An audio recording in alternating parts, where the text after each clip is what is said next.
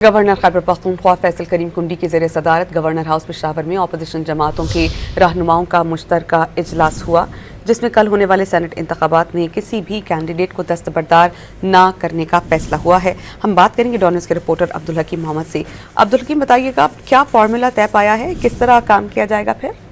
یہ بالکل پرسوں اتوار کے روز ہونے والے سینٹ انتخابات کے سلسلے میں گورنر خیبر پختونخوا نے گورنر ہاؤس میں اپوزیشن جماعتوں کا ایک اہم اجلاس طلب کیا تھا، اور اپوزیشن جماعتوں کی جانب سے جے یو آئی کے تمام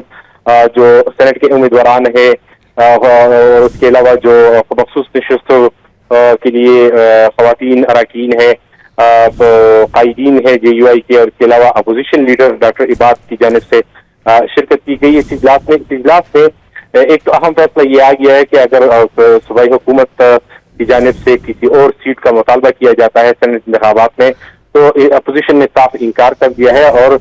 جو فارمولہ طے کیا گیا تھا 5 اور 6 کے نسبت سے، تو اسی فارمولے پہ قائم رہیں گے۔ بصورت دیگر انتخابات کی طرف معاملہ جائے گا۔ اس کے علاوہ جو کل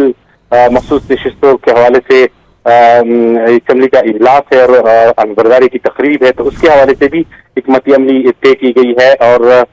تمام اپوزیشن کو اسمبلی اجلاس میں شرکت کرنے کی باقاعدہ طور پر دعوت دی گئی ہے، جو مین اراکین اور بالخصوص جو مخصوص اراکین ہیں۔ جی